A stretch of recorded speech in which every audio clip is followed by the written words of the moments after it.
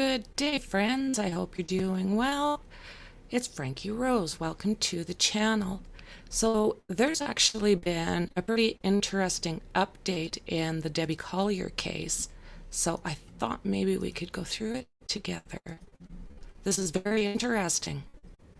So Collier's death may not have been a homicide, is how this reads. I'm not able to see you guys in chat, so I'll check in a few minutes to see how everyone's doing. We have volume. Hey there, how you doing, Darkness? This is interesting, right? Let's do this. So, a 6-week-old murder investigation in Habersham County may not have been the murder after all. Sources close to the investigation to the death of Debbie Collier now say she may have died as a result of an accident or unaliving. We may never know for sure, the source says. So as we know, the cryptic message from the dollar store, right? So this is the biggest revelation in recent days, was the discovery that a cryptic message and Venmo payment sent to her daughter Amanda Bearden did come from Debbie Collier's phone. So this is Habersham, or News Habersham? New Habersham. At 3:17 p.m. on September 10th, Collier sent her daughter Amanda $2,385 through a Venmo payment. Along with the money, she sent a message that read, "They are not going to let me go. Love you. There's a key in the house in the blue flower pot by the door."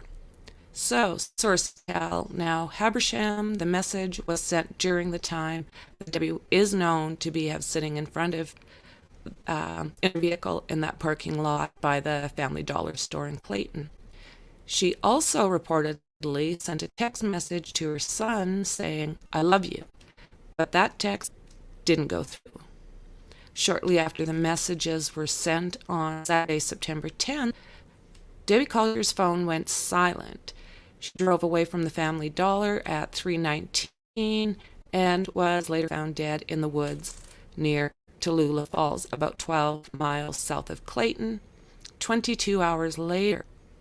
So this gas can, that chilling message and Venmo payment captured investigators and the media's attention because it indicated a possible kidnapping.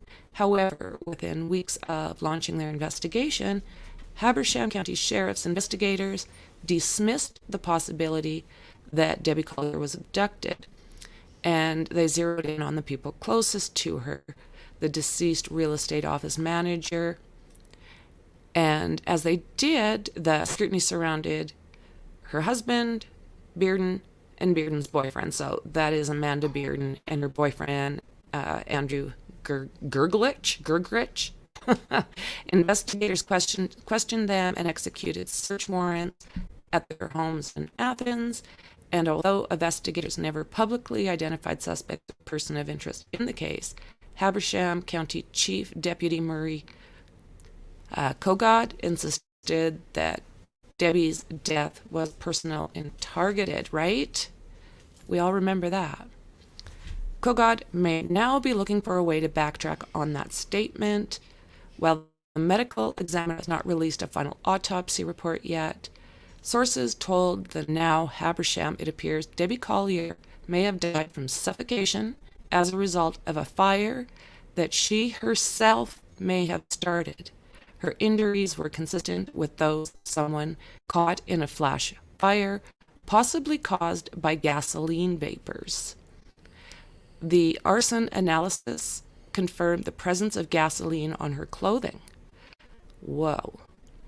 While investigators knew from the outset that an accelerant was used, the absence of the gas container at the scene caused them to suspect someone else was present and removed the container. But they conducted an experiment, and investigators confirmed a plastic container could have melted in the fire.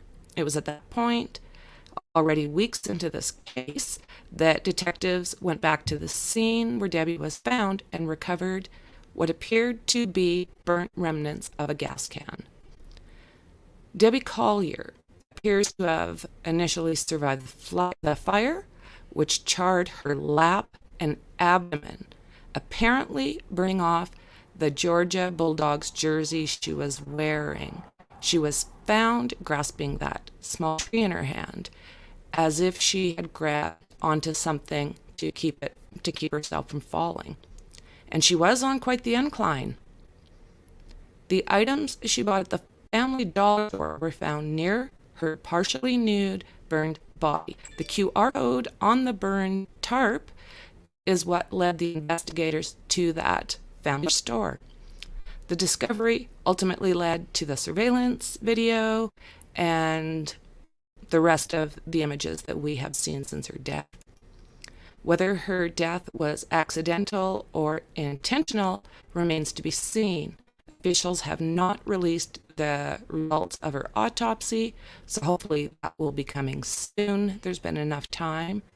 Now Habersham has reached out to Habersham County Sheriff Joey Terrell and Kogod for confirmation of the status of the case, and it sounds like this would be the place to get it. New Habersham.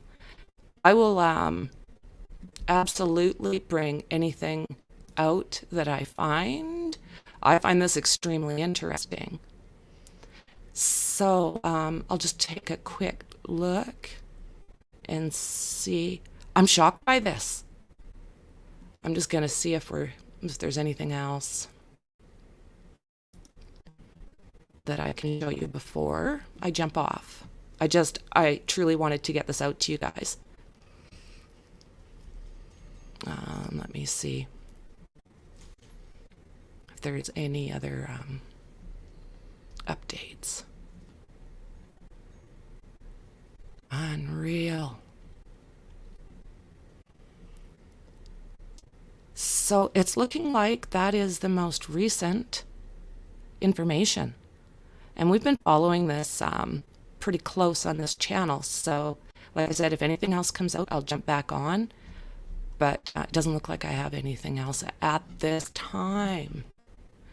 So guys, thank you very much for joining me. It was a fast one, but hey, I had to get that out. And yeah, thanks again for joining me, and I'll absolutely see you in the next one.